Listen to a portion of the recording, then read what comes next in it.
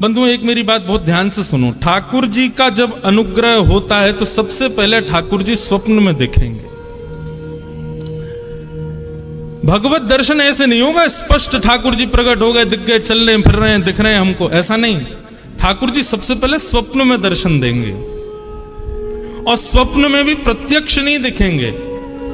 ठाकुर जी की कोई ना कोई अंग का दर्शन होगा, ठाकुर जी की कोई ना कोई वस्तु का दर्शन, वंशी दिख जाएगी, मोर मुकुट दिखेगा, ठाकुर जी की पीली पीतांबरी दिखेगी। रात्रि में सोते सोते ऐसा लगेगा मानो चंदन की सुगंधी आ रही हो, केसर की सुगंधी आ रही हो। ऐसे ऐसे अनुभव ठाकुर जी कराते हैं। स्वप्न दर्शन सबसे पहला। हमारी एक बात मान लीजिएगा, स्वप्न में कभी ठाकुर जी दिख जाएं, कभी किसी को बताइएगा मत। प्रेम को और रत्न को दोनों को गोपनीय रखना चाहिए। प्रचार कर दोगे रत्न कहां रखा है तो चोरी होने का भय रहता है। ऐसी प्रेम का भी ढिंडोरा पीट दोगे तो निश्चित है कि आपका प्रेम एक दिन नष्ट हो जाएगा। इसलिए प्रेम और रत्न दोनों गोपनीय रखने वाली वस्तु। तो भगवत कभी दर्शन स्वप्न में हो या कोई अनुभव कभी भी हो तो कभी किसी से कहना नहीं। हाँ, कभी ऐसा लग रहा हो कि किसी की भक्ति में विश्वास जग जाएगा मेरे बताने से, तो कह देना, लेकिन बहुत सकुचा के संकेत में कहना, ज्यादा मत बोल देना।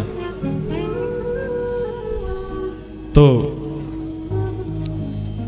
स्वप्न में ठाकुर जी दिखते हैं। स्वप्न के बाद प्रतीक्षा करो कि अब जागृत अवस्था में उनका अनुभव होगा। आप जहां बैठे हो ऐसा लगेगा ठाकुर जी यहीं विराज रहे थे। आपको ऐसा लगेगा ठाकुर जी ने कोई अनुग्रह किया, कोई कृपा की है। तो पहला स्वप्न दर्शन, दूसरा अनुभव दर्शन, और तीसरा होगा प्रत्यक्ष दर्शन। ठाकुर जी दिखे ही जाएंगे, सामने ही खड़े हो जाएंगे। बहुत लंबी दूरी है भैया हमारी और ठाकुर जी की, थोड़ी नेक समीप करनी है। तो नाम जब तिलक लगाना, कीर्तन करना, सत्संग सुनना, इसके पीछे एक ही उद्देश्य रखो, ठाकुर जी स्वप्न में ही आ जाओ, और कुछ नहीं। तो एक बार तो कोई अनुभव कराओ।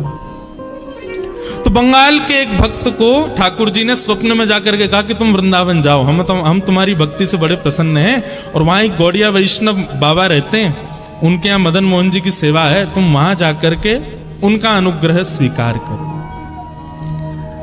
बंगाल से वो व्यक्ति वृंदावन आया, सत्य घटना है। वृंदावन आकर के उसने बाबा जी का परिचय पूछा, उनके पास गया, जाकर के उसने ये नहीं कहा कि ठाकुर जी ने स्वप्न में आज्ञा की है। भक्त का ये भी स्वभाव होता है, वो अपने ऊपर होने वाली कृपा का प्रदर्शन भी नहीं करता। एक बात से बचिएगा, भक्ति में प्रदर्शन की स्थिति नहीं आनी चाहिए। हम सबको दिखाएं कि देखो हम भक्त हैं, नहीं, ऐसा भी नहीं होना चाहिए। अपनी भक्ति को जितना हो सके गोपनीय रखो, छुपाओ। इस भक्ति की प्रणालिका को कहते हैं अंतर्निष्ठ भक्ति। जैसे एक प्रकार से आज की भाषा में कहूं, हमको कोई प्रिय लगता, हम किसी से प्रेम करते हैं, लेकिन कभी कहा नहीं है? लेकिन कई लोग होते हैं, अरे कह दो, कहने में क्या जाता है, बता दो कि तुम प्रेम करते हो। लेकिन कई लोग, प्रेम ज्यादा प्रिय कौन सा लगता है? जीवन भर प्रेम किया लेकिन कभी कहा नहीं, ये प्रेम ज्यादा अच्छा माना जाता है ना। ठीक वैसे ही ठाकुर जी की हम पर कितनी कृपा हो रही है, हमारी भक्ति कितनी, इसका ज्यादा प्रदर्शन नहीं होना चाहिए। उसको जितना हो सके गोपनीय रखो। तो आकर के बाबा के चरणों में प्रणाम किया। उसने नहीं बताया कि ठाकुर जी ने स्वप्न में आज्ञा की कि तुम वृंदावन जाओ। बाबा ने कहा कहो कैसे आए? बोले बाबा ब्रजवास करना है, आप अपने चरणों में हमको रख लो। अपनी गुरु प्रणाली बताओ, अपने दादा गुरु, परदादा गुरु, परदादा गुरु के नाम बताओ। आजकल ऐसा नहीं होता है। आजकल ये पहले बंधुओं दीक्षा तभी देते थे, दीक्षा देने के बाद में आपका नियम होना चाहिए कि गुरु का नाम, दादा गुरु का नाम, परदादा गुरु का नाम, हमारे गुरु परंपरा में वस्त्र कैसे होते हैं, नाम जप कैसे होता है, प्रसादी कब होती है, गुरुओं के उत्सव कब होते हैं, ये सब गुरु प्रणाली में पूछे जाते थे। आजकल किसी को नहीं पता होते। लेकिन कोई बात नहीं, आप अपने गुरु को ही जानते हो, यही बहुत है। तो बाबा ने पूछा अपनी गुरु प्रणाली बताओ। उसने कहा बाबा मुझे गुरु प्रणाली तो नहीं पता। बोले गुरु प्रणाली नहीं पता? कहीं लिखी होगी, गुरु ने लिख के? बोले है, पर वो तो मेरे घर बंगाल में ही रह गई है, अब मैं तो इतनी दूर से आ गया बाबा। बाबा ने थोड़ी देर तो उनको प्रवचन सुनाए, थोड़ी देर बोलने के बाद बोले वापस जाओ, गुरु प्रणाली जब तक नहीं लाओगे तब तक हमारे यहां नहीं रह सकते, पहले परंपरा बताओ तुम्हारी कैसी है। गुरुजन भी अपनी सिक्योरिटी रखते थे, इससे यह भी पता चल जाता था कि वैष्णव वास्तव में वैष्णव है कि नहीं। कहीं ऐसे तो नहीं बस लगाए तिलक फोटा चले आए। गुरु आज्ञा हो गई कि वापस जाओ, गुरु प्रणाली लेके आओ। उस समय मथुरा में स्टेशन नहीं था, हाथरस से रेल पकड़नी पड़ती थी। सोचो कितनी पुरानी बात। बेचारे गुरु आज्ञा मान करके वृंदावन से हाथरस निकल गए, लेकिन ज्यों ज्यों वृंदावन से चरण भार रख रहे हैं त्यों त्यों उनके हृदय में पीड़ा हो रही है। जैसे तैसे तो वृंदावन मिला, श्री जी ने, ठाकुर जी ने कृपा करके मुझे भेजा, परंतु गुरु आज्ञा हो गई कि छोड़ के जाओ, तो अब तो गुरु आज्ञा भी माननी पड़ेगी। हाथरस पहुंच गए। अब जैसे जैसे वहां पर ये भाव आ रहा है कि इतनी देर में रेल आ रही है, इतनी देर में रेल पहुंचने वाली है, ज्यों ज्यों रेल समीप आवे स्टेशन के त्यों त्यों व्याकुलता हो, क्या करूं, वृंदावन छोड़ूंगा तो रेल में बैठती मेरे प्राण निकल जाएंगे, और वृंदावन नहीं छोड़ के जाऊं तो गुरु की आज्ञा। तब वृंदावन का स्मरण किया, और वृंदावन के श्री बांके बिहारी, राधा रमण, राधा वल्लभ, श्याम सुंदर, यमुना मैया, ब्रज रानी, रज रानी, गोपेश्वर महादेव, सबका स्मरण किया। बोले आप सब कृपा करो, मुझे ब्रज से दूर नहीं जाना, लेकिन मैं क्या करूं, गुरु आज्ञा है, उसका भी पालन करना है, तो आप ही सब व्यवस्था करो, कैसे ये सब हो कि मैं ब्रज से भी ना जाऊं और गुरु आज्ञा भी ना टले। आप विश्वास माने, वो आंख बंद करके वृंदावन को प्रणाम कर रहे थे, रेल सामने आई, सब बैठ गए और रेल निकल गई, वो खड़े ही रहे, उनको पता ही नहीं चला रेल आ गई थी। जैसे ही नेत्र खोल करके देखे तो सामने रेल जा चुकी। उन्होंने पूछा भैया बंगाल जाने वाले? बोले वो तो निकल गई रेल। बोले अरे ये तो अपराध हो गया, मैं रेल में बैठा नहीं, गुरु आज्ञा मानी नहीं, क्या करूं क्या करूं। परंतु बंधुओं, यहां जैसे उसने वृंदावन का स्मरण किया, बाबा जिनके यहां वो गया था, वो जैसे ही लेटे थे तो स्वप्न में श्री जी प्रकट हो गए, और श्री जी प्रकट होकर के बोली उस बालक को हमने भेजा था वृंदावन। वृंदावन कोई अपनी इच्छा से नहीं आता, वृंदावन तुम्हारी इच्छा से नहीं आता, मेरी इच्छा से व्यक्ति वृंदावन आता है, और तुमने उसको वापस क्यों भेज दिया? बाबा बोले श्री जी मैंने तो गुरु प्रणाली मांगी थी। उसने कहा घर है, तो मैंने कहा जाओ ले आओ।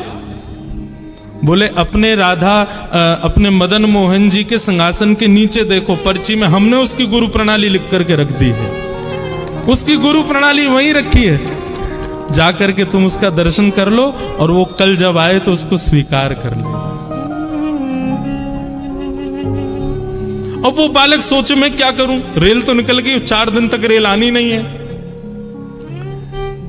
सहमा सहमा वृंदावन आया, डर रहा था कहीं गुरुजी ने मुझको देखा तो कहीं नाराज ना हो जाए, और यहां गुरुजी उसको ढूंढ रहे थे कि बेचारा कहां चला गया, उसको ढूंढो, कहीं ज्यादा दूर ना निकल गया हो।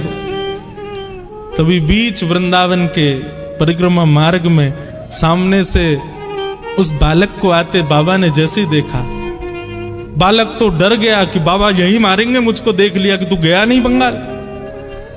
लेकिन बाबा तो दौड़ करके आए और हृदय से लगा लिया, नेत्र सजल हो गए। बोले मुझे तुम्हारी गुरु प्रणाली मिल गई। बोले कैसे? बोले कैसे क्या बताऊं, श्री जी लिख करके देके गई अपने हाथ से तुम्हारी गुरु प्रणाली, ताकि तुम्हारा ब्रज ना छूटे, तुम्हारा वृंदावन ना छूटे।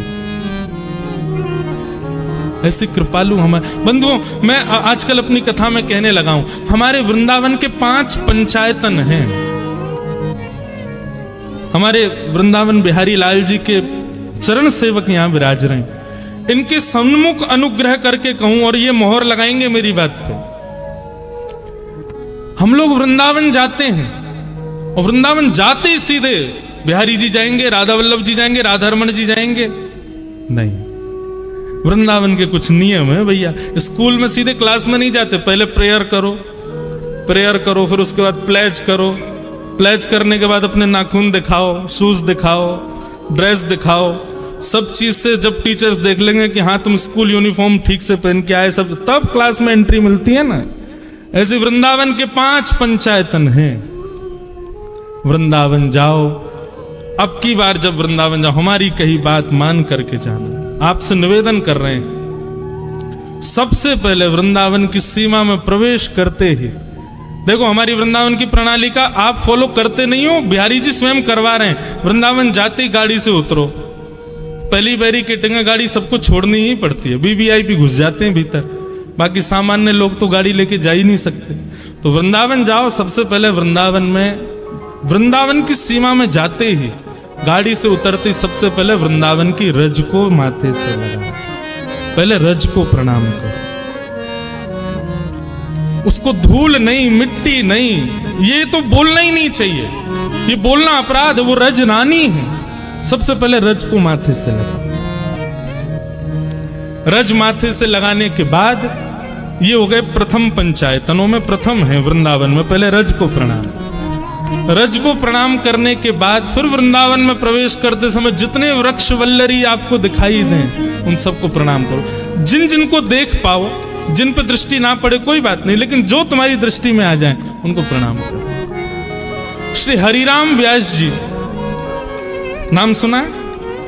हरिराम व्यास जी, वो तो वृंदावन में जाते और वृंदावन के वृक्षों को गले से लगा के कहते, वृंदावन के रूख हमारे माता पिता गुरु बंधु। वृंदावन के दूसरे पंचायतन है वृक्ष, कुंज निकुंज। हमारे बांके बिहारी जी का मूल नाम कुंज बिहारी, क्यों? कुंजों में ही रहते हैं, वृक्षों में ही विराजते हैं, वृक्षों के नीचे ही विराजते हैं। तो ये सामान्य वृक्ष नहीं है बंधु। तो पहले रज को प्रणाम, फिर वृक्षों को प्रणाम, और तीसरा श्री यमुना जी को प्रणाम। कितने लोग वृंदावन जाते हैं, यमुना जी को वंदन नहीं करते।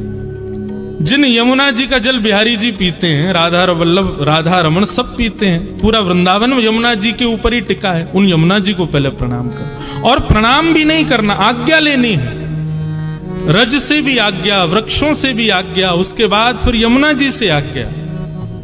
और चौथे ब्रजवासी, आपको जो ब्रजवासी मिले, चाहे आपसे तेज आवाज में बात करते हुए मिले, उनको भी प्रणाम करो। सब ब्रजवासियों को प्रणाम करो।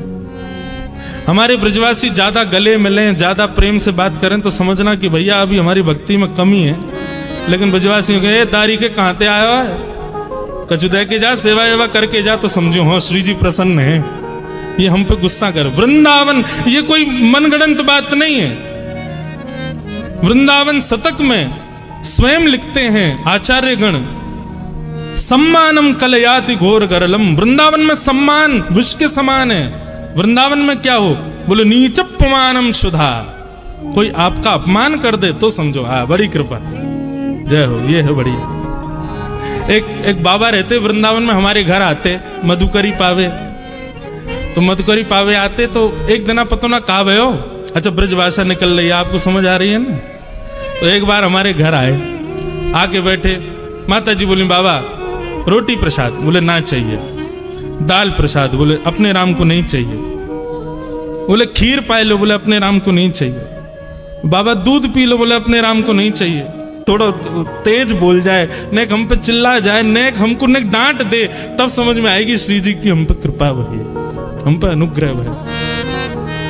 तो वृंदावन में पहले रज से आज्ञा, फिर यमुना जी से, फिर वृक्षों से आज्ञा, फिर यमुना जी से आज्ञा, चौथे ब्रजवासियों को प्रणाम। ब्रजवासी बहुत प्रिय बंधु। जगन्नाथ जी का कभी आपको यदि चरित्र पढ़ने को मिले, जगन्नाथ जी की कोई कथा, मैंने एक जगह पढ़ा, मेरे नेत्र इतने सजल हो गए कि जब प्राचीन भारत में जब इतने साधन नहीं होते थे, तो लोग बाग जब चारधाम यात्रा करते थे, कोई ब्रजवासी यदि जगन्नाथपुरी जाता था, महीनों लगते थे पहुंचने में। तो श्री जगन्नाथ जी अपने स्थान पर खड़े खड़े आज कुछ ज्यादा ही प्रसन्न दिखाई दे रहे हैं। तो पुजारी गण पूछते, जय जय, आज बड़े प्रसन्न हो। तो ठाकुर जी स्वप्न में आज्ञा करते, बोले सुनो कल ना 4 लोग वृंदावन से आ रहे हैं, एक नंदगाम से आ रहा है, एक गोवर्धन से आ रहा है, उनके लिए उचित व्यवस्था करो भैया, उनके लिए बढ़िया सुनो सामग्री की तैयारी कर लेना, मेरे ब्रजवासी आ रहे हैं, और सुनो बाकी सबको तो दूर से दर्शन करा देना, पर ब्रजवासी आए ना उनको गर्भगृह में लाके मेरे हृदय से लगा देना, मुझे बड़े प्रिय हैं। तो भैया ब्रजवासियों को देख करके यदि आपको ऐसा लगे कैसे बोल रहे हैं, कैसे चल रहे हैं, अरे देखो क्या कर रहे हैं, नहीं, ठाकुर जी के प्रिय हैं, जैसे हैं उनको प्रिय हैं। तो चौथी आज्ञा ब्रजवासियों से, और 5वीं आज्ञा हमारे वृंदावन में विराजमान देवादिदेव महादेव श्री गोपेश्वर महादेव, उनसे आज्ञा।